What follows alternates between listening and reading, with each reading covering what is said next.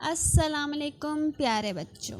आज की कहानी जो मैं आपके लिए लाई हूँ उसका नाम है चालाक चिड़िया। एक दफ़ा का जिक्र है कि एक चिड़िया थी जिसका नाम चंचल था। एक दिन की बात था कि वो चिड़िया गाय के पास बैठी और वो दाना चुन चुन कर खा रही थी कि अचानक गाय ने गोबर कर दिया। चिड़िया इस गोबर में डूब गई और वह उड़ न सकी। दूसरी तरफ से एक कुत्ता आ रहा था। चिड़िया ने इससे कहा, प्यारे भाई कुत्ते मुझे निकालो। कुत्ते ने कहा, मैं अगर निकालूंगा तो मैं तुझे खा जाऊंगा। चिड़िया ने कहा, हाँ हाँ ठीक है, खा लेना।